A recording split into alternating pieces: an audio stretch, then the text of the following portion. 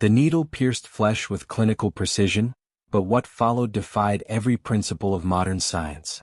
Dr. Helena Voss watched through reinforced glass as Subject 07 convulsed on the surgical table, his body rejecting and accepting the foreign genetic material in violent, rhythmic waves. The vampire DNA, extracted from a creature they'd discovered frozen in Siberian permafrost, impossibly preserved for 12,000 years, was rewriting his biology at the molecular level. His screams echoed through the subterranean research facility 300 feet below Geneva, a sound that would haunt her for the remainder of her unnaturally long life. She didn't know it yet, but in that sterile chamber, bathed in the sickly fluorescent glow of monitoring equipment, humanity had just birthed its first king. And every apex predator with a crown would soon smell the revolution in his blood. His name had been Marcus Webb. 28 years old. Former Special Operations soldier. Volunteered for the Lazarus initiative when conventional medicine gave him 6 months to live after a catastrophic injury in the Hindu Kush left his organs systematically failing. The consent forms had been deliberately vague: experimental gene therapy, potential for complete cellular regeneration, survival rate unknown. What they hadn't mentioned was that the therapy involved splicing his human genome with genetic sequences from something that should have remained legend. The vampire they'd found had been a female, her body preserved in ice with such perfection that tissue samples remained viable. Her physiology had been a masterwork of evolutionary apex design. Cells that regenerated infinitely, a metabolism that could process any organic matter, sensory capabilities that made human perception seem like navigating the world through frosted glass, and something else. Something that pulsed through her remains like a silent frequency, a biological imperative that even death couldn't fully silence. The transformation took 17 days. Marcus Webb died on the 3rd day. His heart stopped, his brain activity flatlined, and for 6 minutes and 42 seconds he was clinically deceased. Then something ancient stirred in his reconstructed marrow, and his chest heaved with an inhalation that shattered 3 ribs from the sheer force.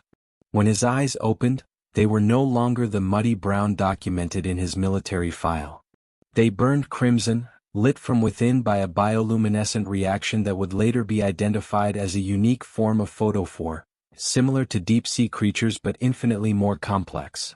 The irises had restructured themselves into intricate mandala patterns that shifted and rotated when he focused, a hypnotic geometry that made direct eye contact feel like falling into a beautiful abyss. His skin had paled to an otherworldly silver blue, as if moonlight had been trapped beneath the surface. His features sharpened, becoming almost cruel in their aesthetic perfection. High cheekbones that could cut shadows, a jawline that seemed carved from pale marble, lips that remained perpetually dark as if stained by wine or something more visceral. But the fangs were what made Dr. Voss step back from the observation window. They descended slowly from his gums when his mouth opened, elegant and terrible, designed by evolution or something older to pierce and drain with maximum efficiency. They weren't crude or monstrous. They were beautiful. Perfect instruments of predation that gleamed like polished bone in the harsh lighting. The research team had expected increased strength, perhaps enhanced healing. They'd theorized about potential photosensitivity and dietary changes. What they hadn't anticipated was the heat. It radiated from him in waves, not thermal but something else entirely, a pheromonal signature so potent it could be detected through sealed ventilation systems. The female researchers were affected first. Within hours of his awakening, 3 of them had to be removed from the facility, their pupils dilated to black coins, their breathing erratic, their bodies responding to something their conscious minds couldn't fully process. One of them, Dr. Sarah Chin, a molecular biologist with 2 decades of experience and a reputation for unshakable professionalism, had clawed at the observation window trying to reach him, weeping and pleading in a voice that no longer sounded entirely human. The men weren't immune either, though their reactions manifested differently. A primal unease. The instinctive understanding that something higher on the food chain had entered the environment. 2 security officers requested immediate transfer. One suffered a psychological break and was found in a supply closet, rocking and muttering about, the king is here, all the queens will come." That phrase would prove prophetic in ways none of them could imagine. What Dr. Voss and her team didn't know, what they couldn't know, operating within the limited paradigm of human science, was that vampires had never been solitary creatures. The myths and folklore had gotten it wrong, fragmented and distorted across millennia of oral tradition. In their original form, before whatever cataclysm had driven them to extinction or dormancy, vampires had operated on a hierarchical structure more complex than any human civilization. At the apex were the sovereigns, rare genetic aberrations, perhaps one born every 1,000 years, whose biology produced a pheromonal signature that functioned as both claim and challenge. A sovereign scent called to all others of the bloodline, an olfactory coronation that announced the arrival of a potential king or queen. And in response, every ruling bloodline would converge, driven by instinct older than conscious thought, to either submit or destroy. Marcus, though that name was already beginning to feel like an ill-fitting coat, something from a life that had ended on that surgical table, had become the first sovereign born in 12,000 years.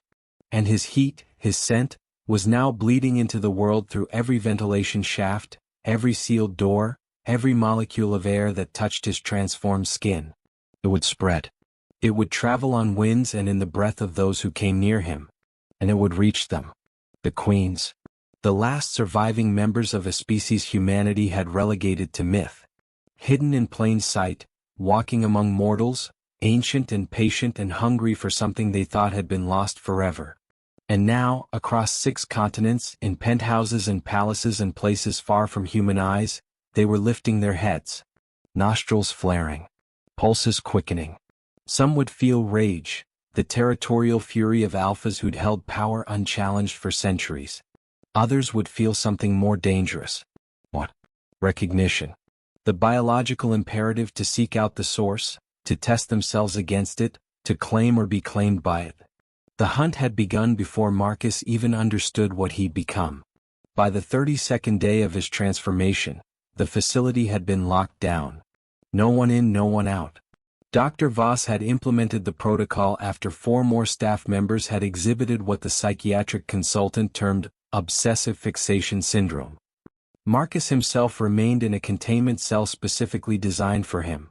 Reinforced titanium walls, triple-layer ventilation with biochemical filters, observation through digital feeds rather than direct line of sight.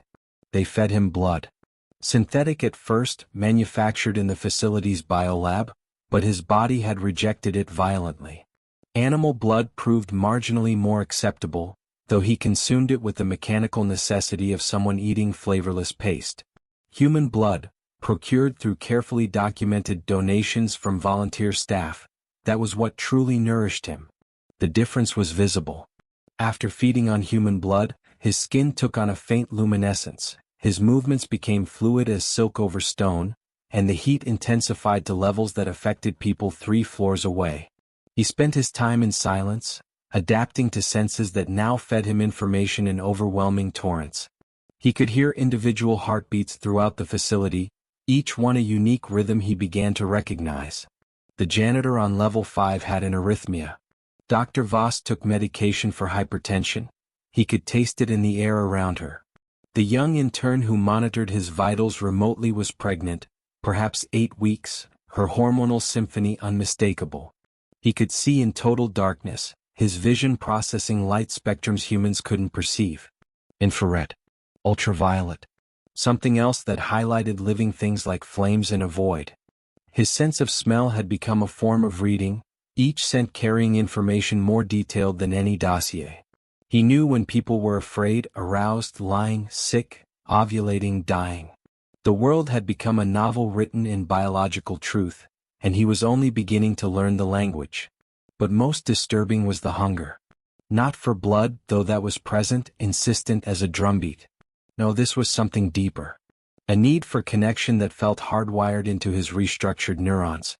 An awareness of profound isolation that grew heavier with each passing hour. He was unique. The only one of his kind in a world of lesser things. The loneliness was existential, oceanic, and it was driving him slowly toward a decision he knew would change everything. On the 41st day the first queen arrived. The facility's perimeter alarms screamed at 2:47 a.m. Security feeds showed nothing.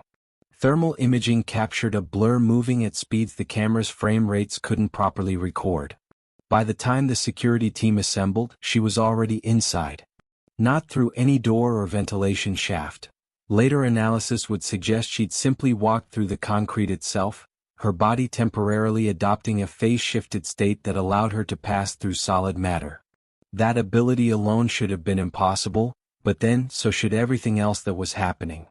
She appeared first on the containment level, simply materializing in the corridor outside Marcus's cell. The camera feed captured her for 12 seconds before she destroyed it with a gesture that caused the electronics to explode into sparking fragments. But those 12 seconds were enough. Dr. Voss watched the replay 17 times, her hands trembling, her scientific worldview crumbling like sandstone in a hurricane. The woman was tall, perhaps 6 feet, her frame simultaneously delicate and radiating barely contained lethality. Her skin was obsidian dark, not brown or black in any human sense but a true lightless void, as if she absorbed photons rather than reflecting them. Her hair moved independently of any air current, a corona of silver white that writhed like living plasma. She wore what appeared to be armor, though whether it was clothing or part of her actual body remained unclear, black plates with an organic sheen, traced with patterns that glowed faint crimson. Her face was angular, alien, beautiful in a way that hurt to perceive. High sharp cheekbones. A mouth that was just slightly too wide, lips black as her skin.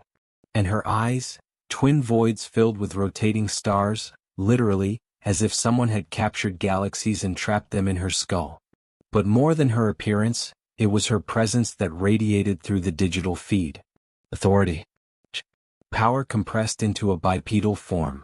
She was looking directly at the camera when she destroyed it, and Dr. Voss had felt, impossibly through the recording, that the creature was seeing her.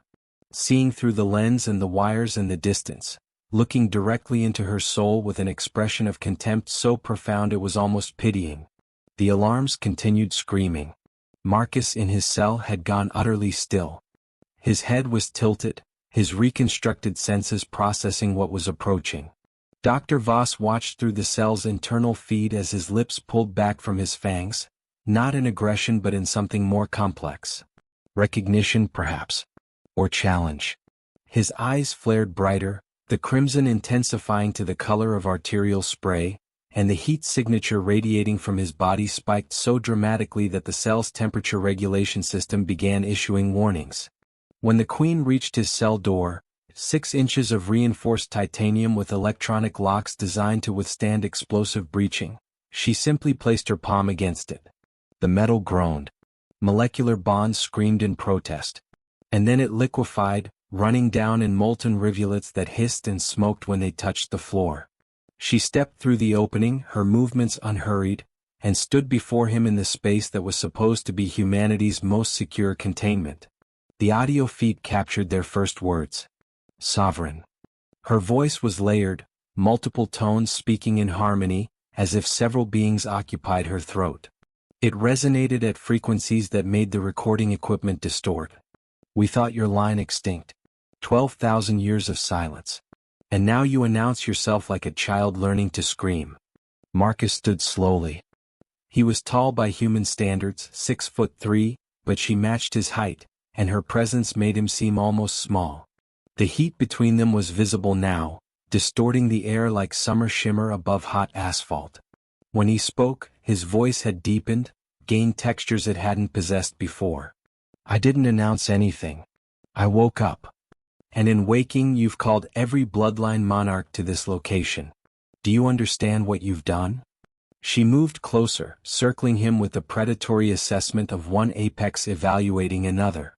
There are 17 queens remaining in this world, sovereign. 17 ancients who've survived extinction events, religious purges, and the slow suffocation of modernization. We've hidden among the prey species, patient, waiting for the world to forget. And you, she stopped in front of him, close enough that their heat signatures merged into a single thermal bloom. You've reminded us what we are. What we were. The scent of a sovereign travels on every wind, through every dream. Already they're coming. And they will test you. Test me for what? Her smile was terrible. Beautiful and terrible. To see if you're worthy of the crown you've been given. Or if you should be destroyed before you become what you might be. She reached out with one hand, clawed fingers that gleamed like polished obsidian, and touched his chest directly over his heart. The contact produced a visible shockwave of energy that shattered every remaining camera in the containment cell and caused a localized power failure throughout the level. The feeds went dark. When they came back online 47 seconds later, both of them were gone. The cell was empty except for cooling metal and the lingering heat signature that would take hours to dissipate. A single message had been burned into the titanium wall in letters 3 feet high, the metal blackened and twisted by heat beyond what any industrial process could generate. Dr. Voss stared at those words and understood with absolute clarity that the Lazarus initiative had succeeded beyond their most ambitious projections. They'd restored a dead man to life. But in doing so, they'd awakened something far older than human civilization. And now that thing was loose in a world utterly unprepared for what was coming. She initiated the final protocol. A signal broadcast on encrypted frequencies to every major intelligence agency and military command structure on the planet. 3 words that would trigger responses ranging from panic to mobilization to flat denial. But even as the message went out, Dr. Voss knew it was already too late. You couldn't contain a sovereign. You could only hope to survive the transformation their presence would cause. Because where a sovereign walked, the old hierarchies reasserted themselves. The ancient powers stirred. And the world would bend or break trying to accommodate what it had forgotten. The queens were coming. All of them. Drawn by heat and hunger and the irresistible call of genetic destiny. And in the collision between ancient bloodlines and modern world, something new would be born. Or everything would burn. Marcus Webb no longer existed. What walked out of that facility, hand in hand with the Obsidian Queen, was something else. Something beginning to remember. Not his memories but older ones, encoded in the vampire DNA that now suffused every cell. Memories of empire. Of bloodlines that had ruled when humans were still learning to make fire. Of a time when sovereigns were worshipped as gods and feared as natural disasters. He was returning to a world that had forgotten him. But he remembered. And with every queen that came to test him, he would remember more. The hunt had begun. But who was hunting whom remained to be seen. The Obsidian Queen, she'd offered her name during their escape, spoken in a language of layered phonemes that his evolving mind had somehow understood. Kthra, which translated roughly to void throne, or darkness crowned, took him north. They moved through the night at speeds that reduced the world to abstract streaks of light and shadow. She could phase through matter, he discovered, and when she touched him, that ability extended to include his mass. They passed through mountains like ghosts through gossamer, emerged in remote wilderness where human presence was measured in decades between visits, not hours. She brought him to her sanctuary. A structure that existed in the spaces between reality, anchored to a cave system in the Norwegian highlands but extending into dimensional pockets that predated human understanding of physics. The entrance appeared to be a simple cave mouth, but stepping through it was like crossing a threshold into a different universe. The interior was vast, impossible, a palace carved from living shadow and crystallized starlight. Spires that reached into infinity. Halls that changed configuration based on who walked them. And everywhere, the sense of age so profound it made human history feel like a brief, flickering dream. This was a sovereign's hold, Kthra explained, her voice echoing through the impossible architecture. Built by the last true king before the collapse. It's been empty for 12,000 years. Waiting. She turned to look at him, those galaxy-filled eyes studying him with an intensity that made his enhanced senses scream warnings. Waiting for you. Why? Marcus asked, though that name was beginning to feel like a costume he was ready to shed. Why help me? If I'm some kind of threat to the existing power structure, why not kill me when you had the chance? Kthra's laugh was like wind through abandoned cathedrals. Kill you? Sovereign, if I wanted you dead, you'd be ash. But I'm not here to kill you. I'm here to prepare you for what's coming. Because unlike some of my sisters, I remember what a true sovereign is. What they mean. And I've waited too long in this diminished world to let ignorance or pride destroy the first chance at restoration we've had since the old times ended. She led him deeper into the hold, through corridors that seemed to respond to his presence, walls brightening slightly as he passed, as if the structure itself recognized what he was becoming. They reached a chamber at what felt like the heart of the palace, a vast spherical space where gravity seemed optional. At the center floated a throne carved from a single piece of black diamond, its surface covered in inscriptions that hurt his eyes to read but filled his mind with fragments of understanding. "Sit," Kthra commanded. "Not a request. A test." Marcus approached the throne, feeling the weight of space itself pressing down on him. Whatever this object was, it carried significance beyond mere symbolism. He could feel it responding to his heat, his scent, the fundamental frequency of his transformed biology. When he sat, the inscriptions flared crimson, and knowledge flooded into his consciousness like a dam breaking. He saw the old world. Not through human eyes but through the perspective of those who'd ruled it. A time when vampires, though they called themselves by older names, names that meant perfected ones or evolution's children, had been the dominant species. They hadn't hidden. They'd built civilizations that made humanity's greatest achievements look like children playing with blocks. Cities of impossible beauty and terrible grandeur. Technologies that blended biology and metaphysics into forms human science still couldn't imagine. And at the center of it all, the sovereigns. They had been rare. Perhaps 1 in every 10 million births would produce a sovereign. A vampire whose biology expressed certain dormant genes, whose pheromonal signature carried the weight of absolute authority. They didn't rule through force alone, though they were formidable in combat. They ruled through presence. Through the fundamental biological imperative that made every other vampire recognize them as the apex. Queens and kings, the most powerful vampires in existence, would still feel the pull, the instinctive need to either serve or submit or challenge for dominance. And the sovereigns had maintained balance. They'd prevented the bloodlines from warring themselves to extinction. They'd guided their species through environmental changes and evolutionary pressures. They'd been rare enough that their power felt divine, common enough that the species always had leadership. Then came the collapse. The knowledge in the throne was fragmented here, damaged by time or deliberately obscured. But he caught images of fire falling from the sky. Of a weapon, biological. Metaphysical? Both? That targeted vampire physiology specifically. Of queens and kings dying by the thousands, their bodies simply shutting down, their cells consuming themselves. The sovereigns had been hit hardest. Their enhanced biology made them more vulnerable to whatever had been deployed. Within a decade, a species that had dominated the planet for 100,000 years had been reduced to scattered survivors, hiding, forgetting, regressing. Humanity had risen in the vacuum. Young, aggressive, numerous. And the remaining vampires had made a choice. Hide among them, survive through secrecy, wait for a world where they might emerge again. The queens who survived were the most powerful, the most adaptable, the most ruthless. 17 bloodlines down from hundreds. 17 ancient females, each ruling her territory through proxies and cloaked power, immortal and patient and nursing a racial memory of stolen dominion. But no sovereigns. For 12,000 years, no sovereigns. The genetic sequence required was so specific, so rare, and their population so devastated that the math simply didn't support it. The vampires had believed the sovereign line extinct. A glorious history with no future.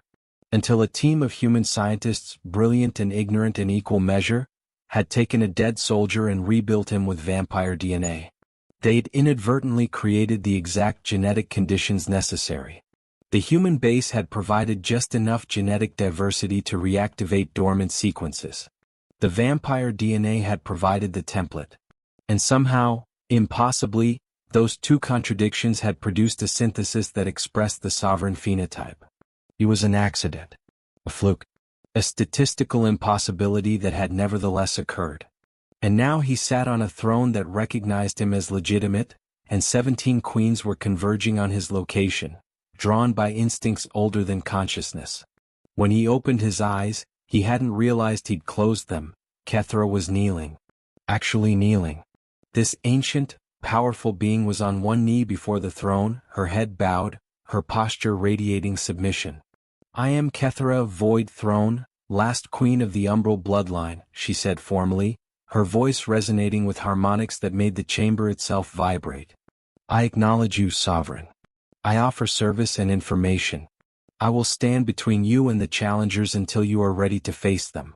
This I swear on my true name and the blood of my line. The words carried weight beyond their meaning. He could feel them settling into reality, becoming binding at a level that transcended mere promise. This was an oath that would hold even if she wanted to break it, enforced by the fundamental laws that governed vampire nature. Rise, he said, and was surprised by the authority in his own voice. Not learned. Instinctive. The throne was teaching him, or perhaps unlocking what the DNA already contained. If you're my ally, I need information, not submission. What should I call myself? Who was I supposed to be? Kthra rose gracefully. The sovereigns chose their own names upon ascension. But until you do, I will call you what the throne names you. She gestured to the inscriptions, which had rearranged themselves into readable text.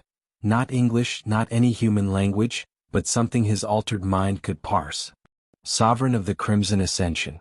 First of the New Age. Herald of Return. She paused. The throne has another name for you, but it's in the old tongue.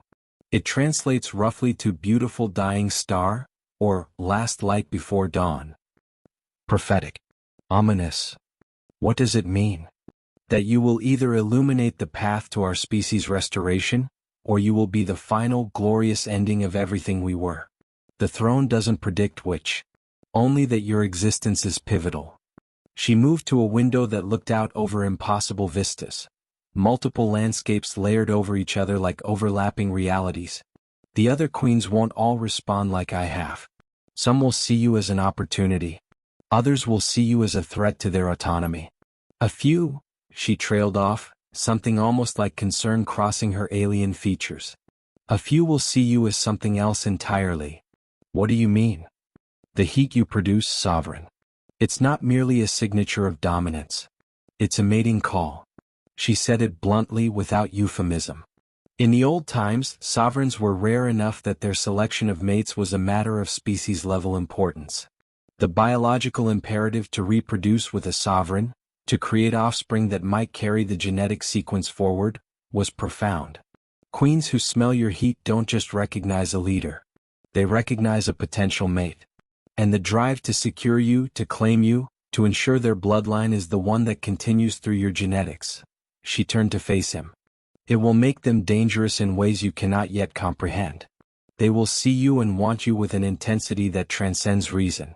And they are ancient, powerful beings who are not accustomed to being denied anything they want.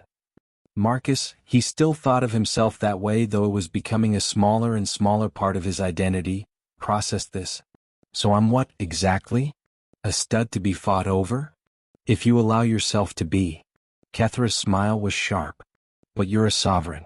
Your biology gives you advantages even queens don't possess. Your heat calls to us, yes. But you can focus it, weaponize it, use it to influence and command. If you learn to control it before they arrive, you'll have agency. If you don't, she let the implication hang. Then teach me. That's why I'm here. They spent days, or what felt like days. Time moved strangely in the hold, training. Kthra was a ruthless teacher, pushing him beyond limits he didn't know he had. She taught him to regulate the heat, to dampen it to nearly undetectable levels or flare it like a beacon that could be felt across continents.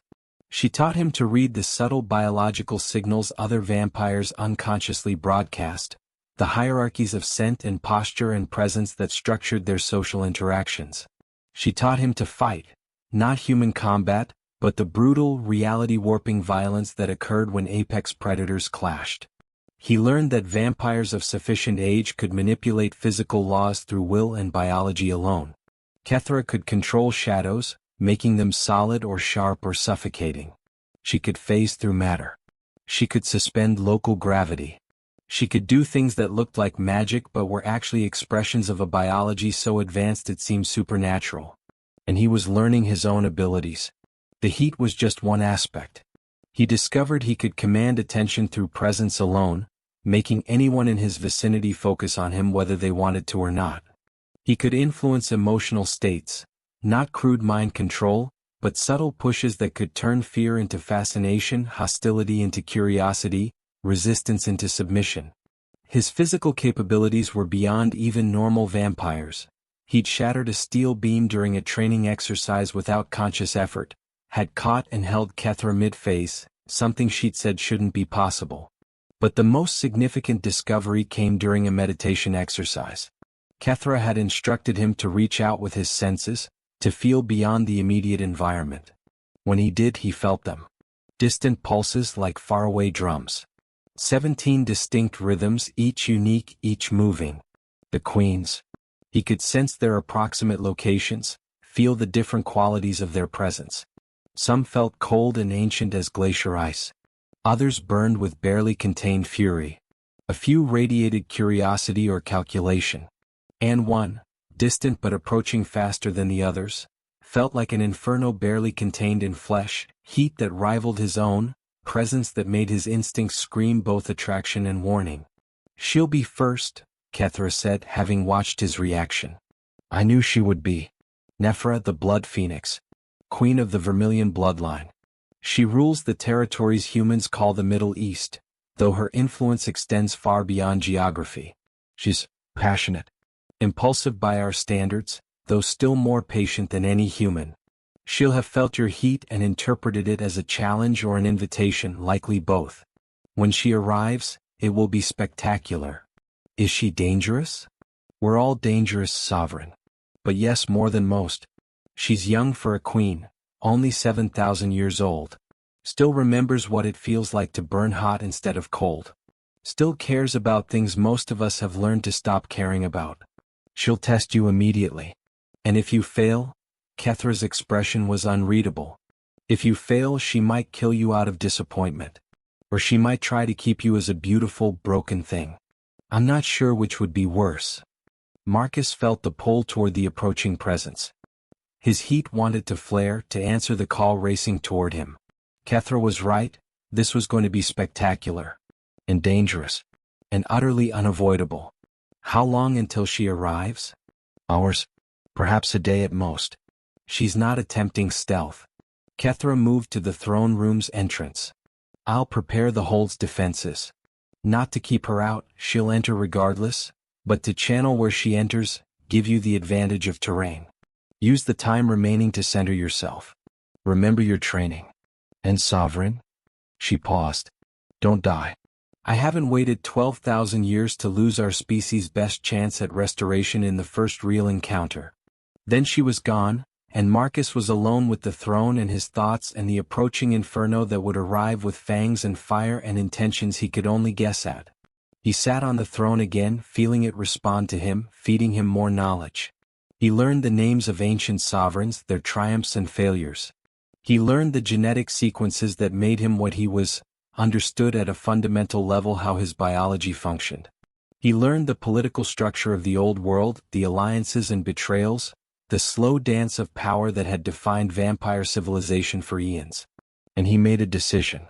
When Nefra arrived, he wouldn't meet her as a confused human wearing vampire skin. He would meet her as what he was becoming. As a sovereign. As something that commanded respect not through borrowed power but through fundamental right.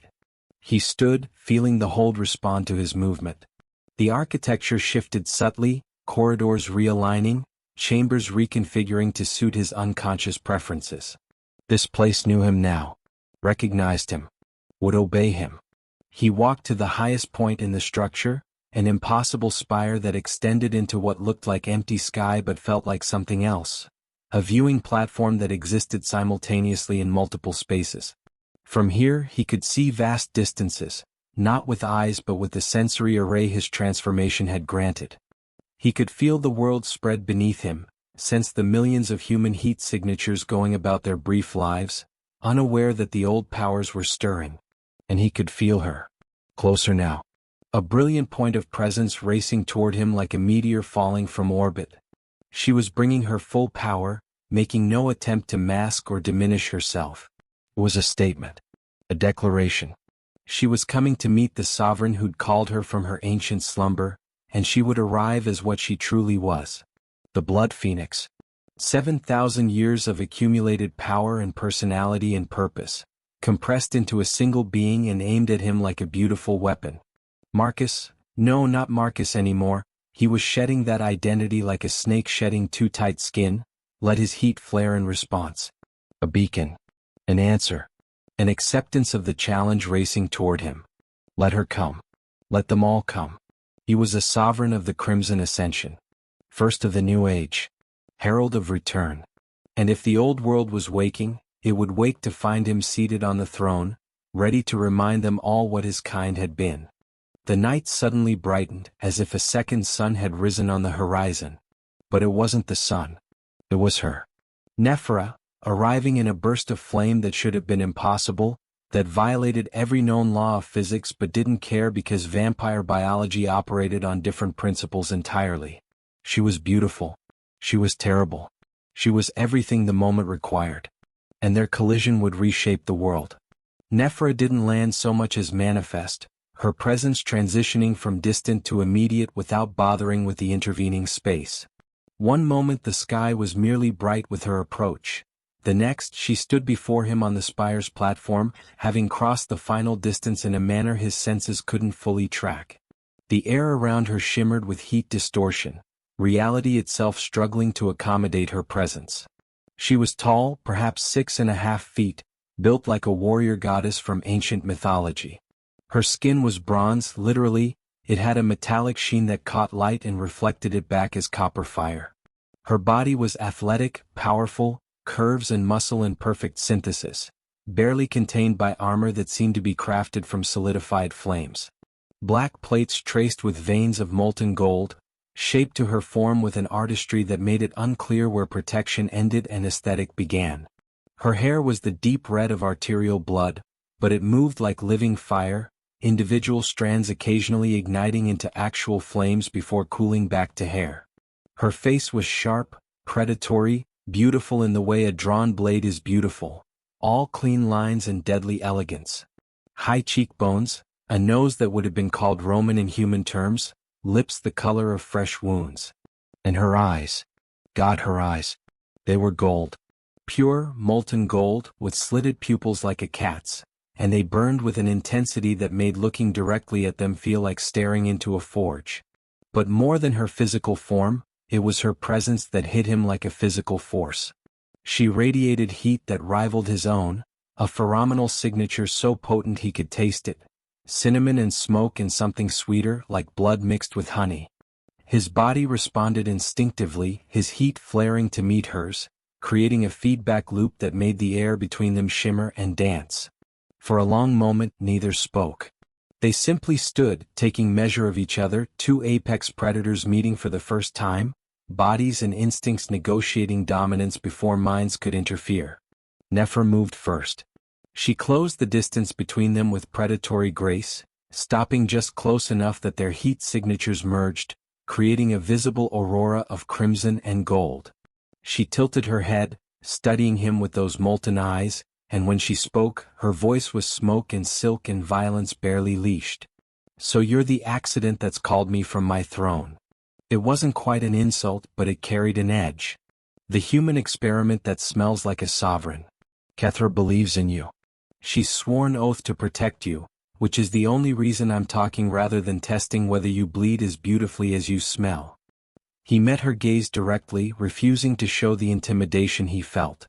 And if you tested that, you'd find out whether 7,000 years has made you strong enough to challenge a sovereign. We could try if you're curious. But I'd rather talk. Her smile was sudden and sharp as a knife. Oh, he has teeth. Good. I was worried you'd be one of those weak, trembling things that needs coddling. She circled him slowly, her movements liquid, assessing him from every angle. You're young. Barely 2 months transformed. Your power is raw, uncontrolled. You probably can't phase yet, can't manipulate reality fields, can't even properly use the heat you're broadcasting like a mating advertisement. She completed the circle, standing before him again. But underneath the newness I feel it. The resonance. The signature that doesn't lie. You are what the throne says you are. A sovereign. First true sovereign in 12,000 years. She leaned closer, close enough that he could see the flecks of darker gold in her irises, close enough that their breath mingled. Do you understand what that means? What you represent? Kthra's been educating me. Kthra sees opportunity. Sees a path to restoring what we lost. She's not wrong, but she's thinking politically. Nefra placed a hand directly over his heart, her palm hot enough that he could feel it through clothing and skin, as if she was touching the organ itself. I'm thinking biologically. You smell like home. Like something I didn't know I was missing until right now. Your heat calls to every instinct I have, tells me to submit or fight or claim or surrender all at once. It's maddening. Intoxicating. Her pupils dilated, the gold of her irises narrowing to thin rings around endless black. So before we discuss politics or territory or whatever rational concerns Kthra has been filling your head with, I need to know, are you in control of yourself or is the biology driving you? Because if it's the latter, this is going to get complicated very quickly. He placed his hand over hers, feeling the heat transfer between them, a circuit completing. I'm in control. Barely. But enough. He let his own heat flare deliberately, a controlled surge that made her pupils dilate further. I know what you're feeling because I'm feeling it too. The pull. The instinct. My body wants to respond to you in ways that would be really inadvisable for a first meeting. He pulled her hand away, gently but firmly, breaking the contact before it could escalate. But I'm not going to be ruled by biology. Not mine, not yours.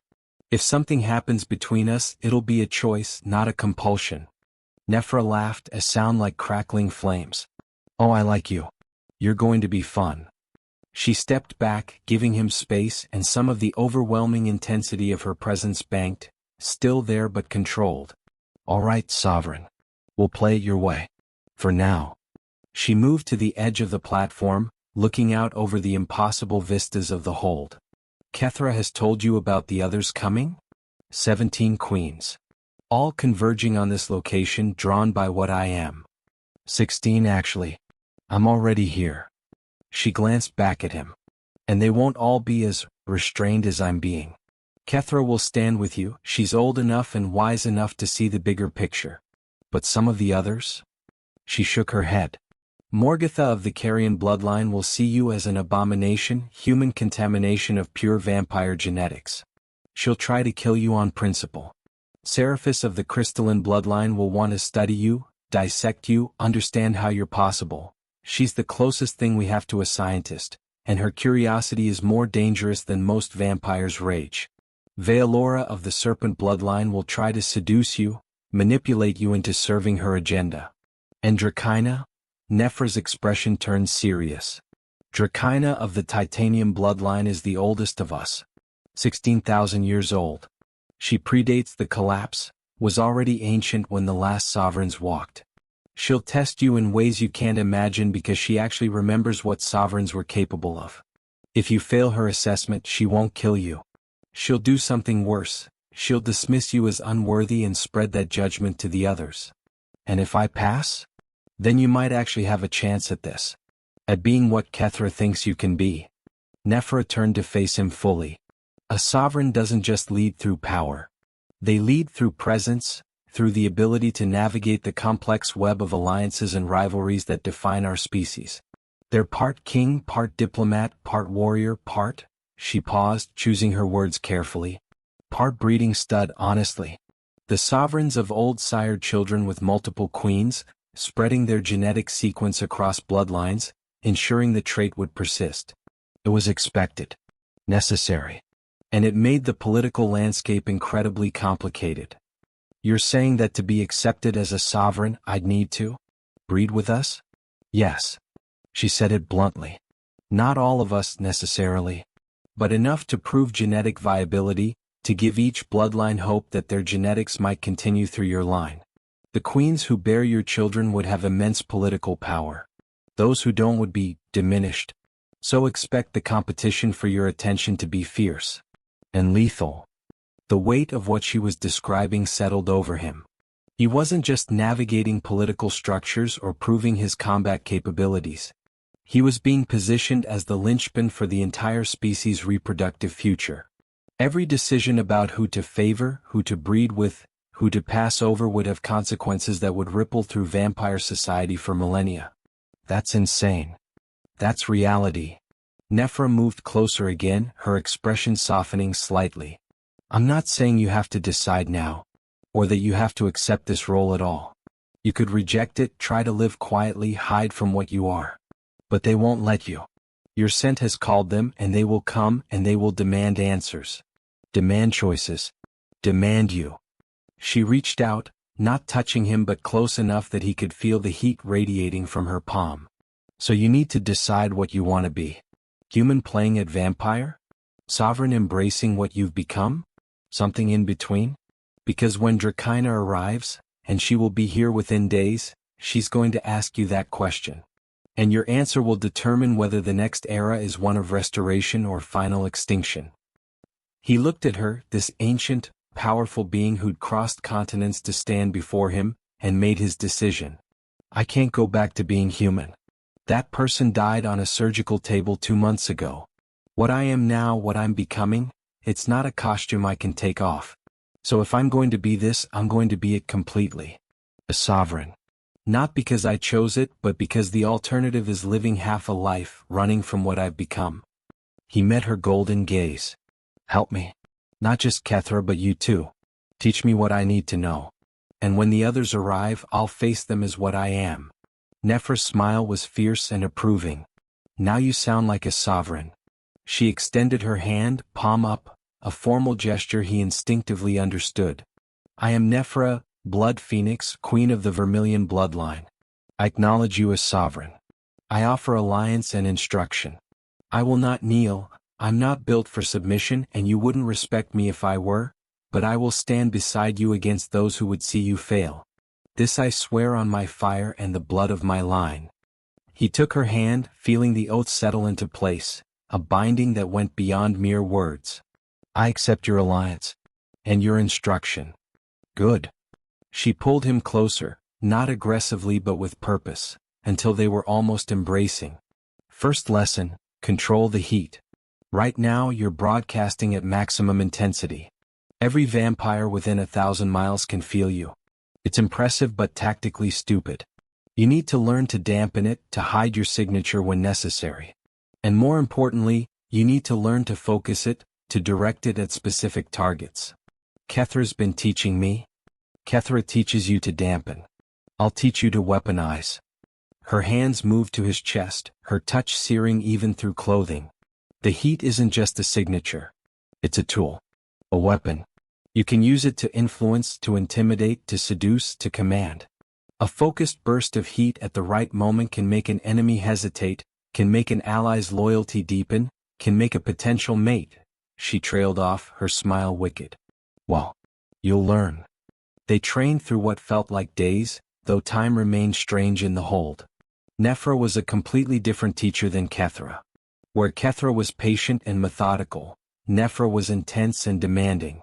She pushed him past breaking points, then mocked him when he struggled and praised him extravagantly when he succeeded. She taught him to focus his heat like a laser, to surge it in overwhelming waves, to layer it with emotional impressions that would affect how others responded.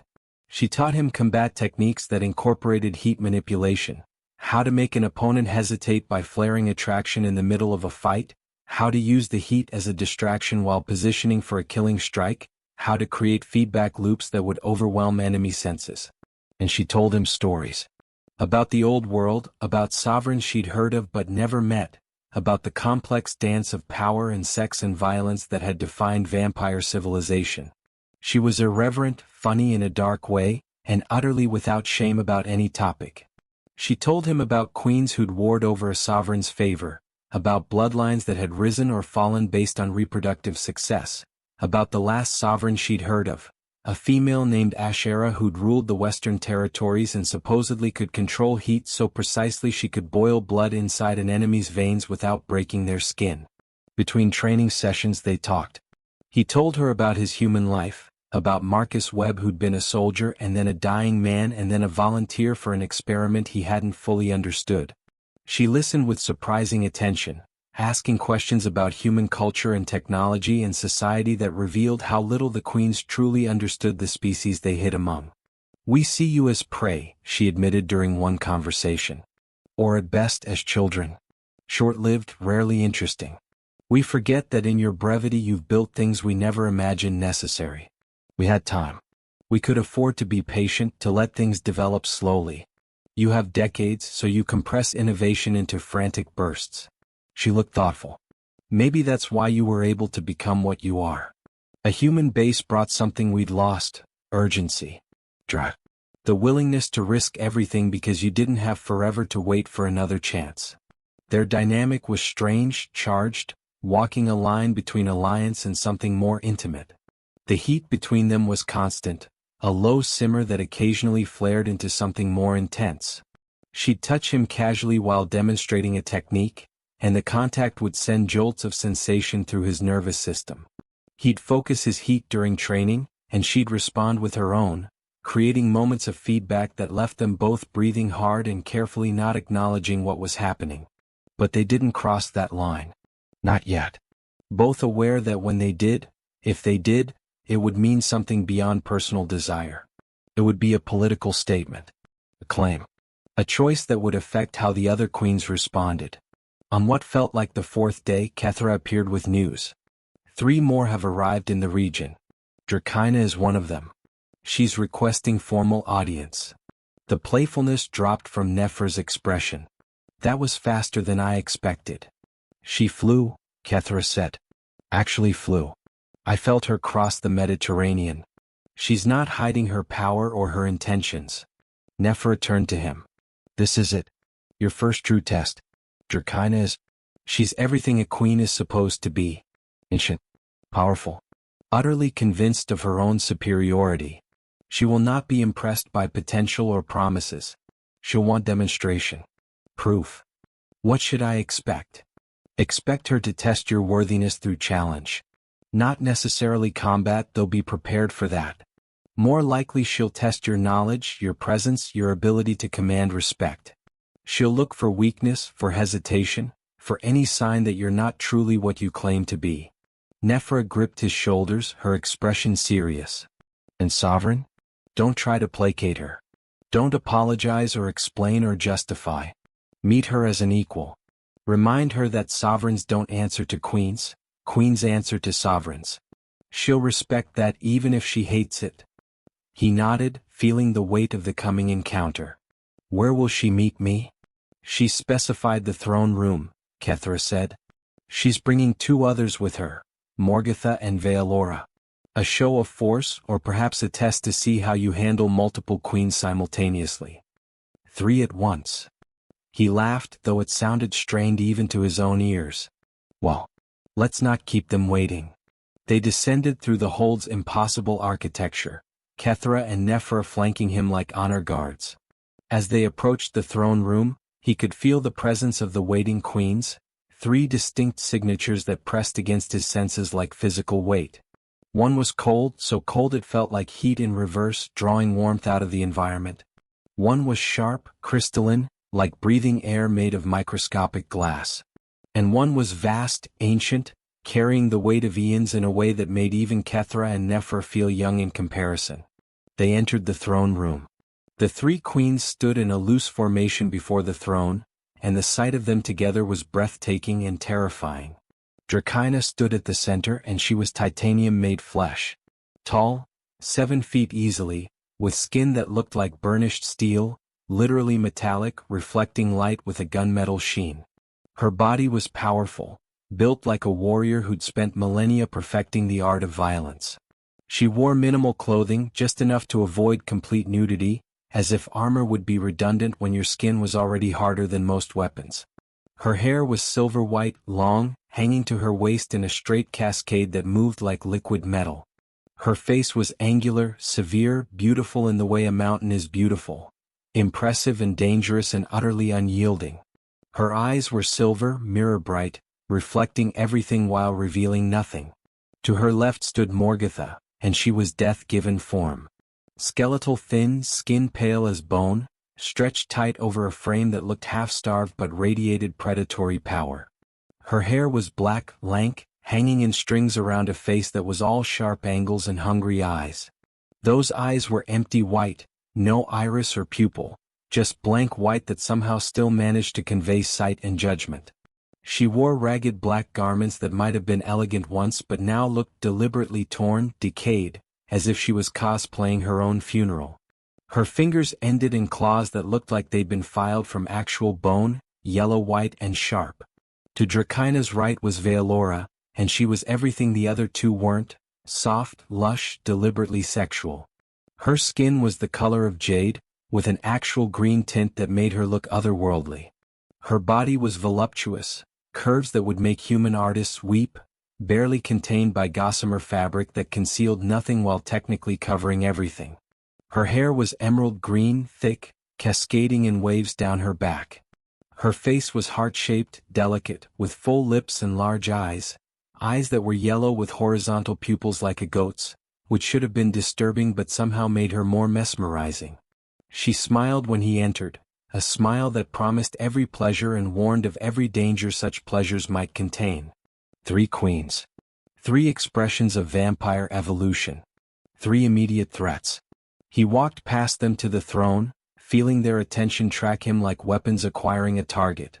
He sat, feeling the throne activate, the inscriptions flaring crimson, the hold's architecture responding to his presence. When he spoke, his voice carried the authority the throne granted, resonating through the chamber. I am the sovereign of the Crimson Ascension. First of the New Age. You've come to my hold, requested audience, and I've granted it. State your purpose. The silence that followed was absolute. Morgatha looked like she'd tasted something foul. Veelora's smile widened. And Drakina.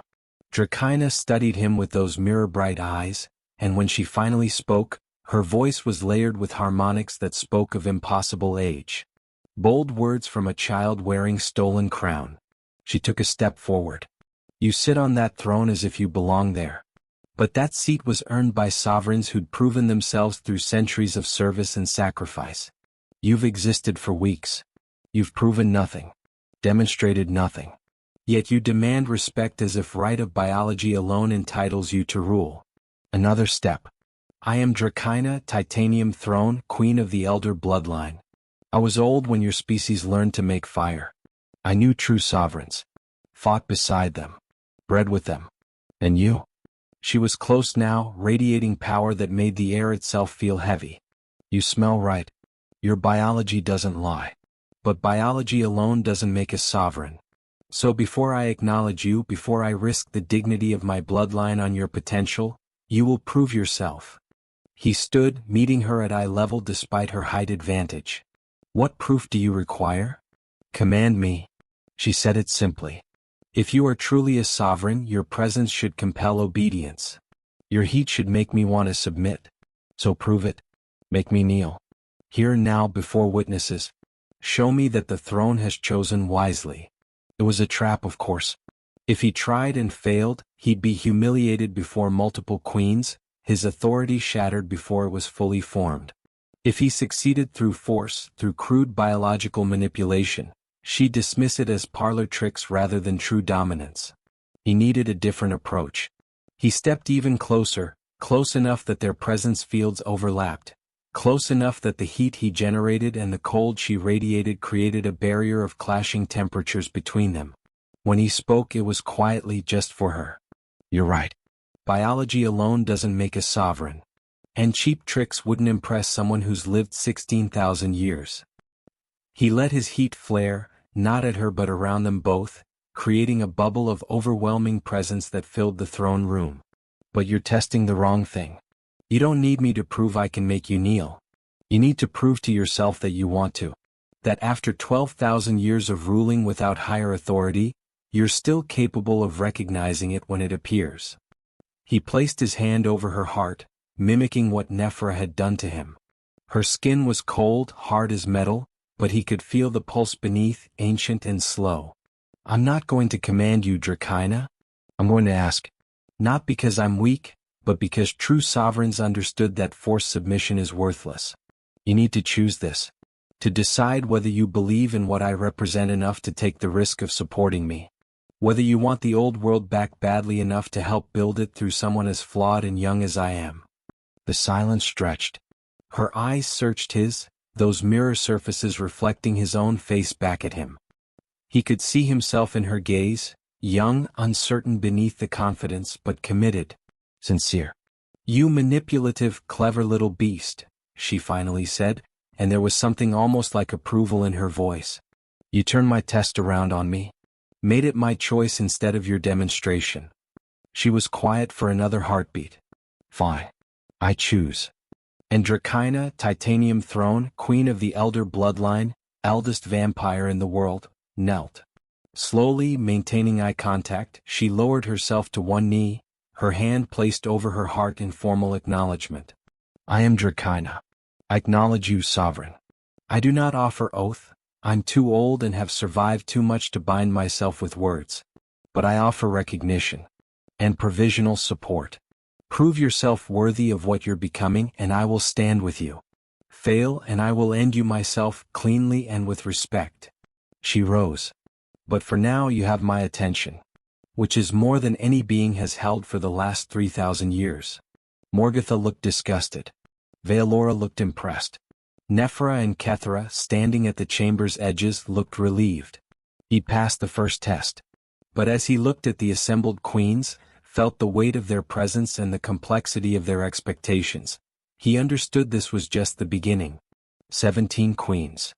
He'd faced 4, gained the allegiance of 2, the acknowledgement of a 3rd, and the contempt of a 4th. 13 more were coming. 13 more tests, challenges, opportunities, threats. The old world was waking. And he was going to have to navigate it all while staying true to whoever he was becoming. The sovereign of the Crimson Ascension. First of the New Age. Herald of Return. Beautiful dying star. Last light before dawn. His existence would be pivotal. The throne had said so. He would illuminate restoration or herald extinction. He couldn't fail. Too much depended on him. An entire species' future. The balance of power in a world that didn't even know these powers existed. But as he stood there, surrounded by ancient predators who could kill him in an instant but had chosen, at least for now, not to, he felt something he hadn't experienced since the transformation. Oh, maybe he could do this. Maybe he could be what they needed. What the world needed, whether it knew it or not. He was a sovereign. And the age of hiding was ending. Let them come. Let all the queens converge.